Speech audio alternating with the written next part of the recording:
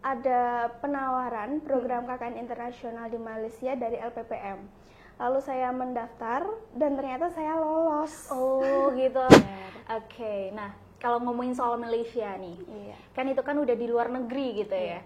Itu ada culture shock sendiri gitu nggak sih? Kayak jadi di sana itu kita hidup bersama-sama kan, dan itu dari berbagai etnis. oh, nasi lemak. Nah, iya. apakah nasi lemak nih jadi salah satu makanan favorit dari Kak Cici sendiri gitu? Termasuk salah Termasuk satunya ya. Jadi proker kita itu memperkenalkan mata uang rupiah. Lalu praktik jual beli sederhana, harga kebutuhan pokok itu harganya lebih stabil di sana. Saya itu jalan-jalan. Lalu di sana saya bertemu dengan bule. Oke. Tukeran kontak? Iya, kita bertukar kontak, bertukar Instagram.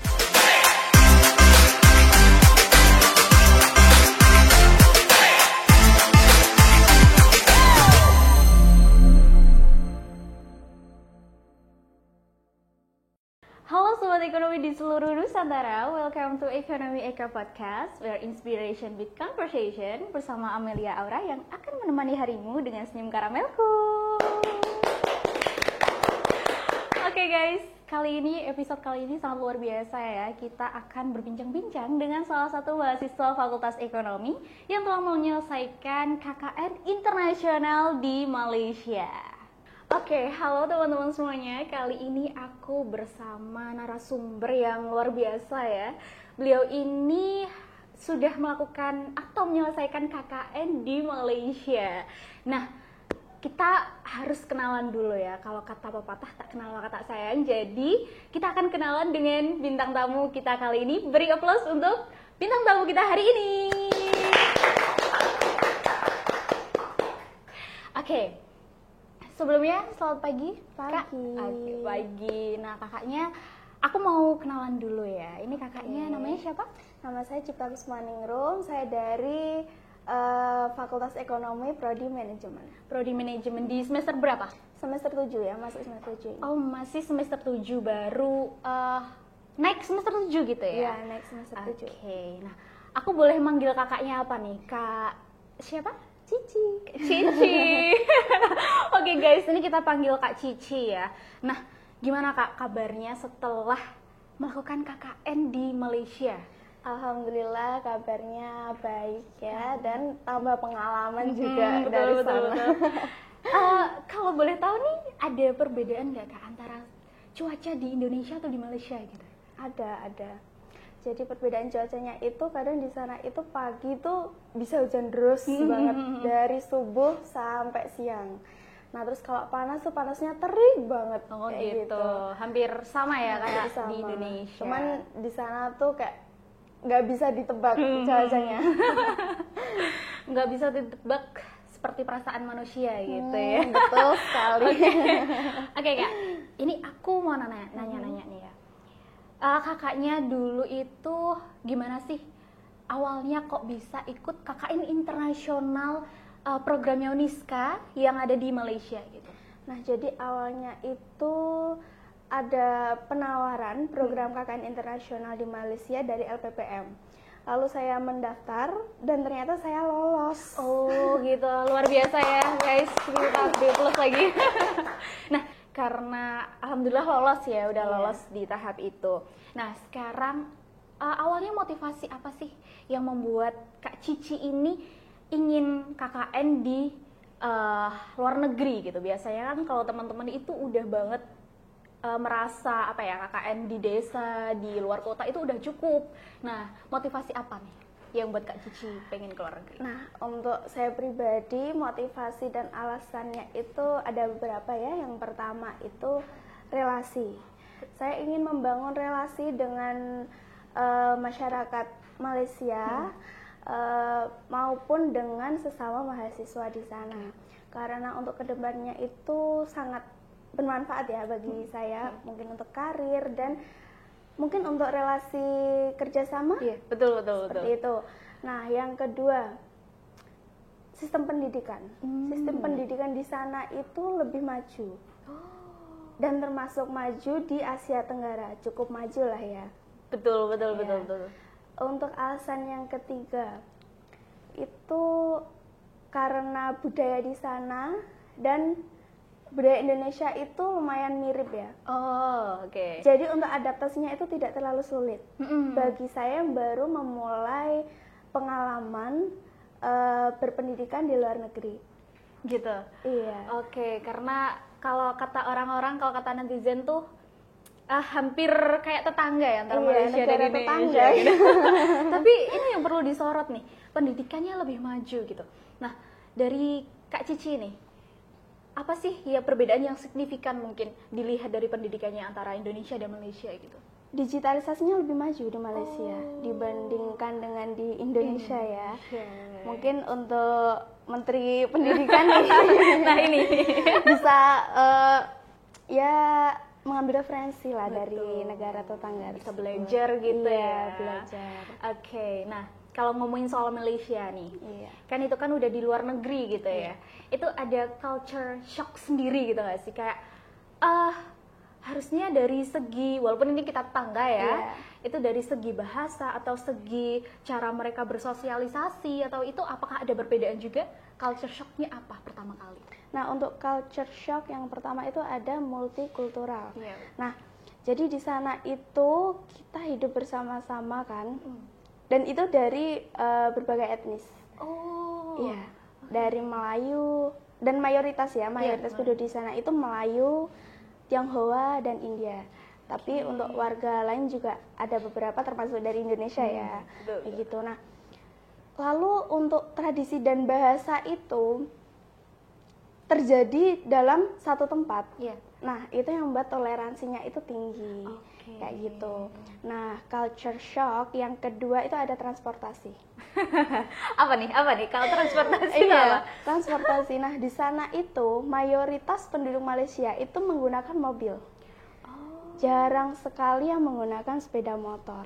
Nah, sepeda motor di sana itu biasanya yang menggunakan sepeda motor itu kurir. Kurir. Ya, kurir. Terus kayak pokoknya jasa-jasa yang antar makanan atau antar paket kayak gitu. Terus sport car. Waduh, kalau di menarik nih. Kalau di Jawa kan masih jarang gitu ya. Kalau di situ sangat sering saya temui ya di jalanan. Hampir semua jalanan ketemu gitu ya. Selalu ada sport car, bahkan mobil-mobil Eropa itu di sana sudah sangat umum digunakan. Kayak gitu. Nah, kalau kita udah ngomongin soal transportasi juga ya teman-teman, kita mau nanya soal makanan favorit. Nah, kalau di yang seperti kata tahu, warga negara Indonesia itu taunya Malaysia tuh nasi lemak. Nah, apakah nasi lemak nih jadi salah satu makanan favorit dari Kak Cici sendiri gitu? Termasuk salah satunya ya. Oke, karena apa nih? Cita rasanya yang berbeda kah? Iya, berbeda. Jadi nasi lemak itu ya kan nasi lemak, nasi kandar, dan roti canai itu kan makanan khasnya Malaysia ya, yang sering kita dengar. Iya. Khasnya Malaysia itu nasi lemak, nasi kandar, betul. Kayak gitu kan. Nah, untuk nasi lemak ini selama saya di sana dan saya mencoba beberapa ya, itu masih bisa lah diterima di lidah Indonesia ya. Cuman ada yang membedakan antara masakan Malaysia dengan Indonesia. Jadi di sana itu lebih dominan santan dan bumbunya itu strong. Kayak gitu.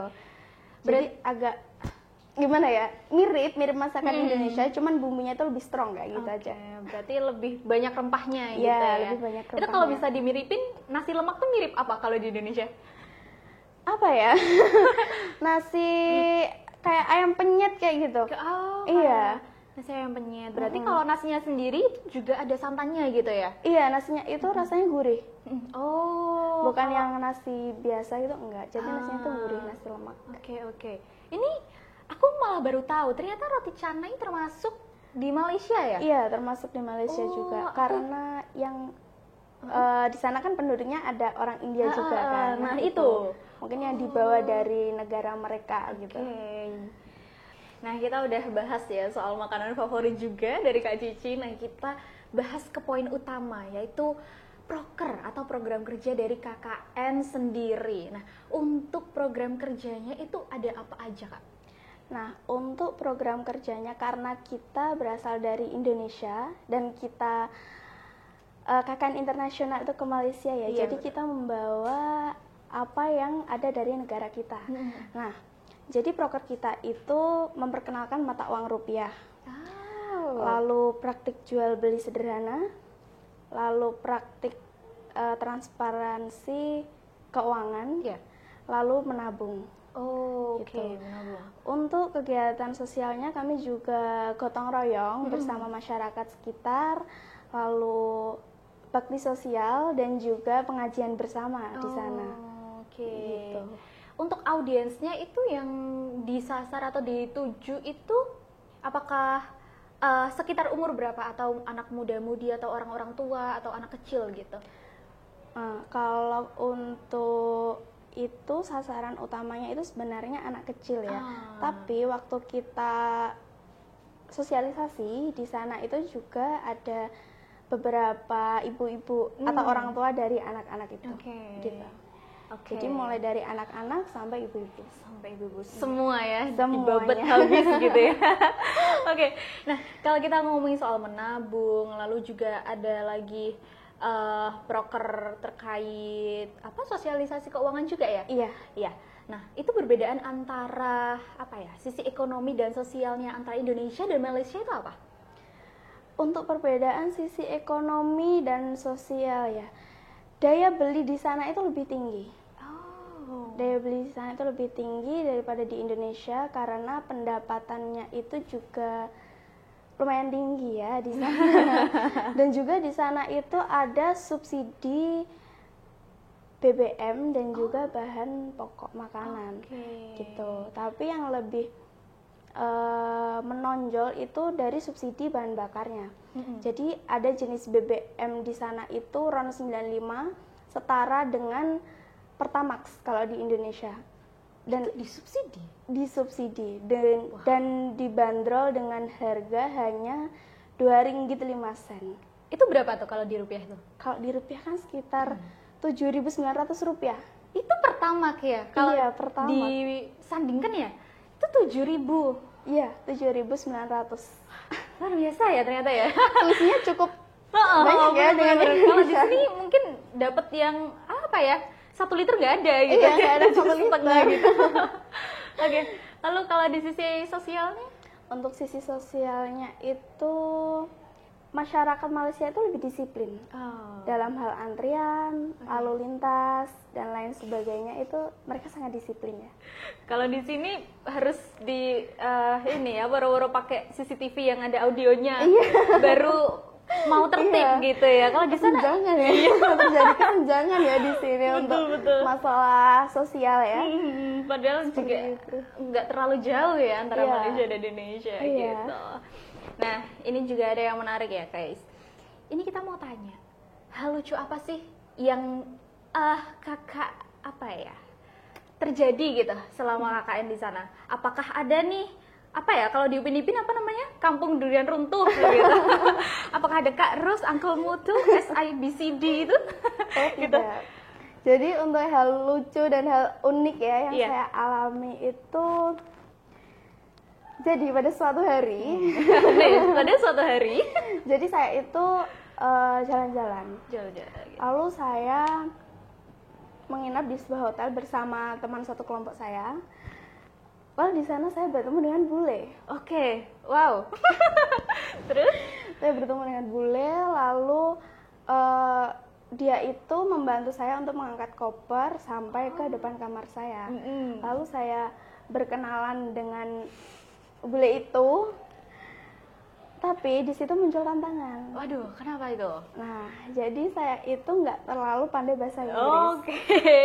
Sedikit ya, sedikit bisa. Betul. Terus? Nah, di situ muncul tantangan bagi saya. Aduh, aku harus jawab apa ini? Saya jadi harus berpikir keras ya, karena betul. Karena dia itu ngomongnya tuh pakai bahasa Inggris terus gitu. Nah, itu sih tantangan bagi saya. Jadi kayak itu pas ngobrol sama bulenya itu pure kakaknya sambil berpikir, aduh ini mau jawab apa, atau ada bantuan dari mungkin Google gitu? Nah, kalau untuk pertama itu masih enteng ya pembicaraannya, masih enteng. Jadi saya benar-benar fokus mendengarkan apa yang dibicarakan. Terus saya berpikir untuk menjawab, oh jawabannya seperti ini, seperti itu, kayak gitu. Oke. Ada ini nggak Kak, sisi bumbu-bumbu cinta-cintanya gitu nggak? Ada Kak, ada. Waduh, sampai tukeran kontak? Iya, kita bertukar kontak, bertukar Instagram. Wah, seperti itu kan orang biasanya tuh cinlok tuh sama temen kakaknya ya. Bener-bener. Saya sama bulenya gitu. Oke, ternyata itu guys, itu adalah salah satu bonus kalau kalian KKN di luar negeri gitu ya. Ini masih di Malaysia, belum lagi kalau kita di China, Korea gitu, apa nggak kita ketemu opa-opa gitu loh. Nah, betul gitu. sekali. Tambah girang ya kita kalau ketemu opa-opa gitu. Oke. Setelah kalau kakaknya menjalani proker-proker ya dari KKN-nya itu apakah kontribusinya itu bisa dirasakan oleh masyarakat sekitar gitu? Untuk kontribusi, ya sangat dirasakan oleh masyarakat sekitar. Karena saya dan kebetulan kelompok saya itu mahasiswa ekonomi semua, dan prokernya pun bersangkutan dengan ekonomi. Betul.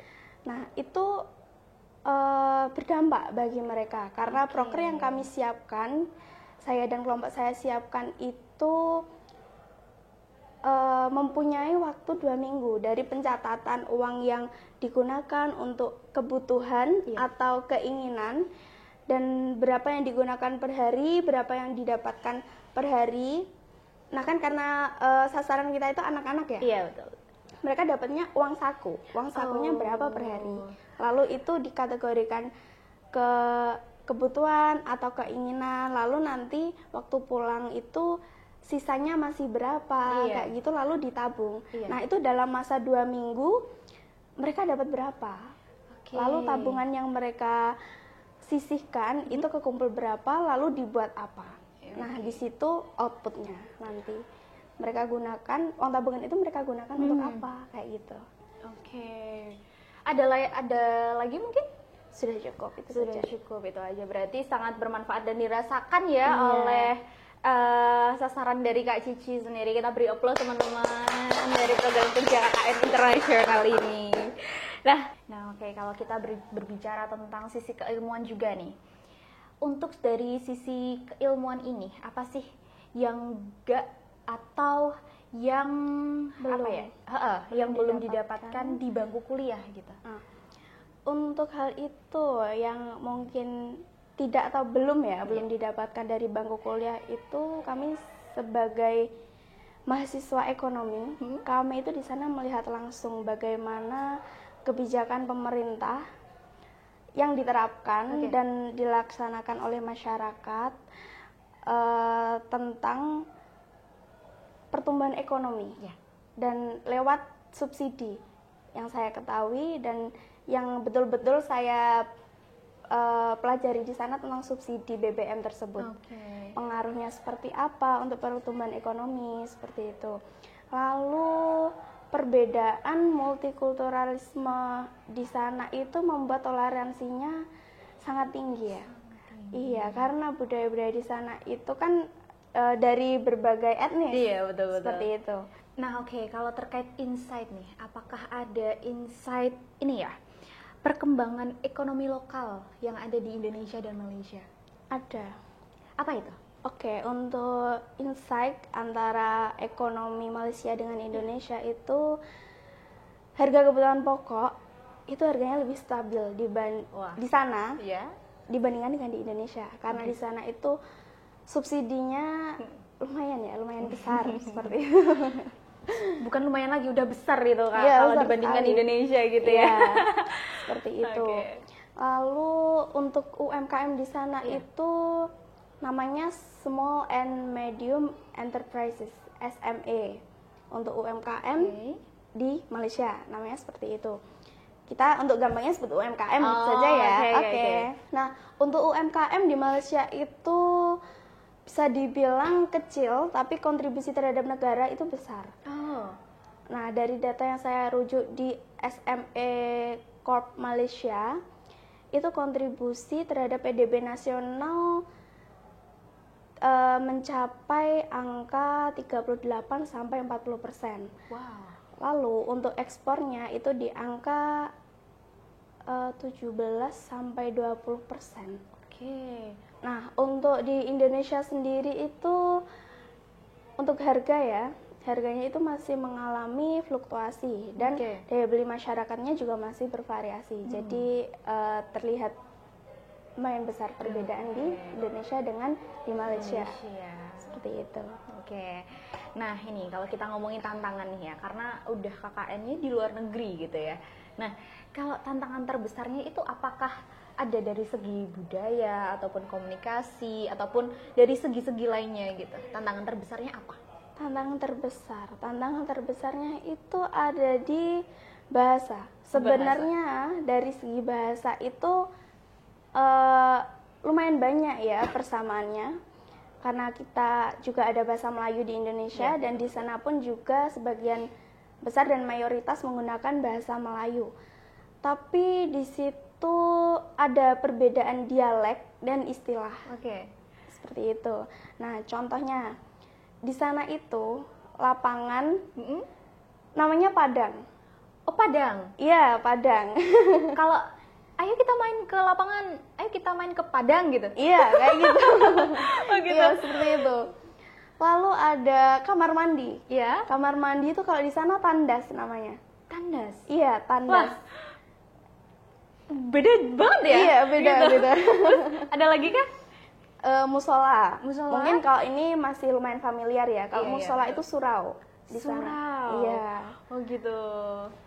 Nah, karena kan ini banyak banget ya perbedaan bahasa. Ini cara mengatasinya gimana? Apalagi kan kebanyakan anak-anak kecil ya yang diajak ngobrol gitu. Nah, ada kayak salah paham gitu nggak sih? Banyak banget gitu. Dan cara mengatasinya gimana tuh? Nah, untuk itu juga menjadi problem juga ya, sedikit problem. Nah, jadi cara saya mengatasi itu, saya benar-benar fokus juga mendengarkan, karena logat mereka berbicara itu cepat sekali. Oh, gitu? Iya, jadi kayak saya tuh harus loading gitu, buat menangkap apa yang mereka bicarakan. Gitu, kalau misal saya nggak tahu, saya juga tanya kepada masyarakat sekitar lingkungan saya, kayak gitu. Jadi mereka tuh juga merasa dihargai dan juga merasa dibutuhkan gitu. Dan kita kan kesana juga nggak semata-mata wah keluar negeri nih jalan-jalan kayak gitu kan, enggak. Kita juga pengabdian kan di sana, seperti itu. Jadi kita membaur dengan masyarakat sekitar juga. Oke, nah untuk setelah melakukan KKN ya di luar negeri, nah itu kan pasti kakaknya menemui ilmu-ilmu baru juga gitu ya. Betul. Nah, apa aja nih yang membuat Kak Cici sendiri itu merubah cara pandang di kampus, bahkan di negara kita sendiri ataupun di luar negara kita gitu? Nah, untuk cara pandang, jujur ya, saya setelah pulang dari sana itu lebih merasa percaya diri. Karena saya merasa, oh ternyata tuh saya bisa loh beradaptasi di lingkungan baru. Dan itu lingkungan bukan negara kita sendiri, seperti itu. Betul.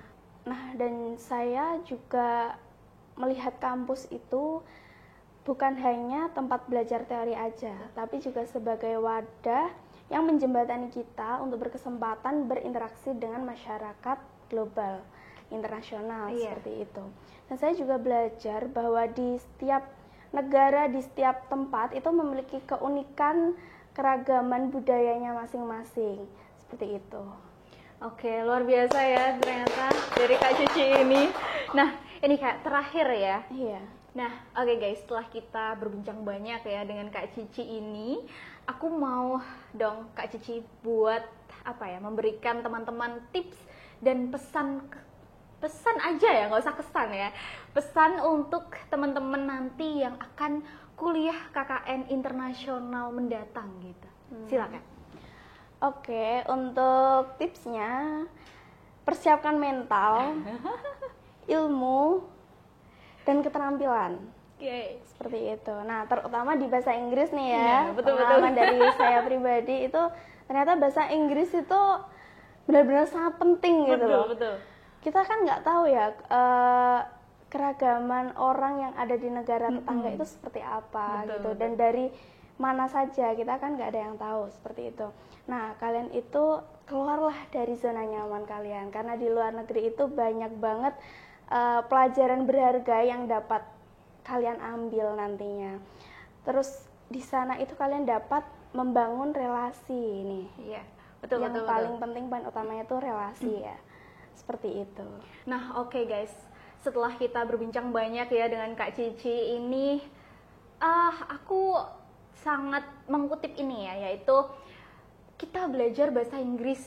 Karena bahasa Inggris itu sangat penting juga ya, karena kita nggak tahu ya kita bakal bertemu dengan siapa, apalagi tiba-tiba bertemu bule gitu ya dari Kak Cici. Dan untuk teman-teman semuanya juga belajarlah sampai ke negeri Cina gitu. Tapi untuk KKN kita masih di Malaysia, tapi nggak apa-apa. Siapa tahu KKN kita nanti ada di Cina. Nah, betul gitu. sekali.